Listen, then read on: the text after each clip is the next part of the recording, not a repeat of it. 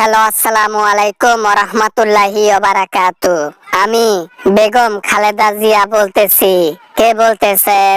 Hello, আমি London থেকে বেগম খালেদা জিয়া বলতেছি। ওয়ালাইকুম আসসালাম ওয়া রাহমাতুল্লাহি ওয়া বারাকাতু।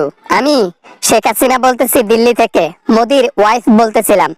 আরে আপা, কিছু কথা বলবো রে আপা, এর জন্য তোমাকে অনেকদিন পর ফোন করলাম। শরীর ভালো আছে তো?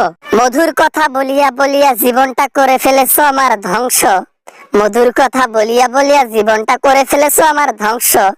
আগে যদি জানতাম তুমি কালসাপ, লাঠির বাড়ি দিতাম মাথায়। আপা, এই যে খোঁচা মারা কথা বললেন আপা, এই জন্য না আমি ফোন করি না।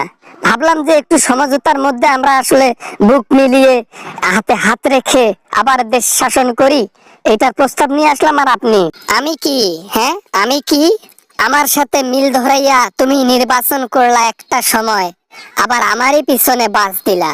ভুলে গেছি এগুলা, কখনোই ভুলবো না, ভোলার মতনও না। আরে আপা, ওগুলা কথা ভুলে যান না আপা। আমি বলি কি, দেশের মধ্যে কোনো এক সরকার প্রয়োজন। চলেন আমরা আবার হাত মিলিয়ে একসাথে হয়ে দেশের মধ্যে নির্বাচন করি। লোকে যাকে ভালোবাসবে সেই নির্বাচিত হবে। আমি কি নির্বাচন কমিশনের মধ্যে চাকরি করি, নাকি নির্বাচন কন্ট্রোল করি, নাকি নির্বাচন আমার আয়ত্তায়? আমি দল করি। আমি বিএনপির নেত্রী, আর তুমি আওয়ামী লীগের। তাই যদি তুমি ভোট করো, তাহলে জনগণের কাছে যাও, নির্বাচন অফিসে যাও।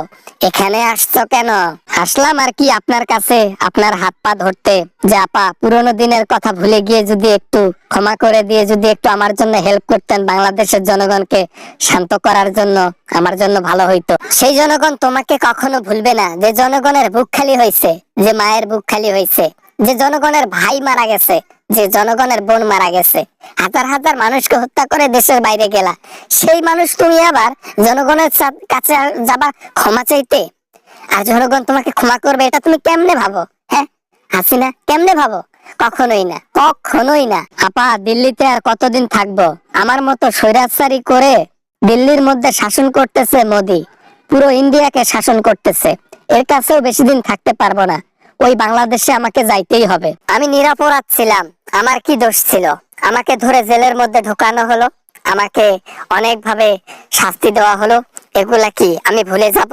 কখনোই ভুলবো না, ভোলার মতনও না।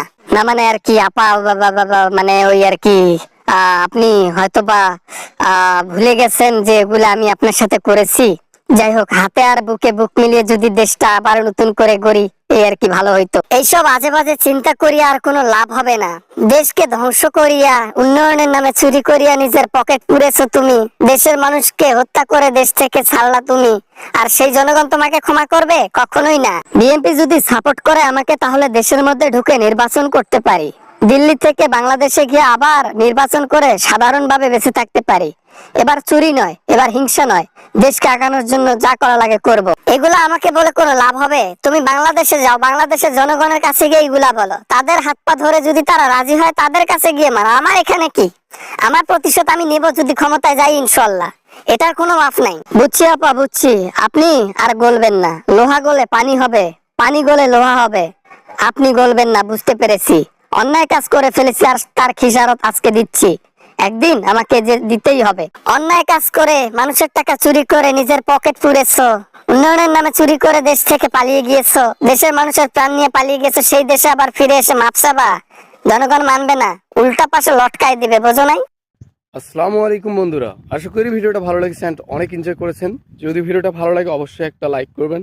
এরকম হাসি এবং আমেজিং ভিডিও নিয়ে আমি সবসময় আপনাদের পাশে থাকি এবং ভিডিও আপনাদের হাসানোর জন্য আপলোড করে থাকি। যদি ভিডিও ভালো লাগে লাইক করবেন, বন্ধুদের সাথে শেয়ার করতে ভুলবেন না।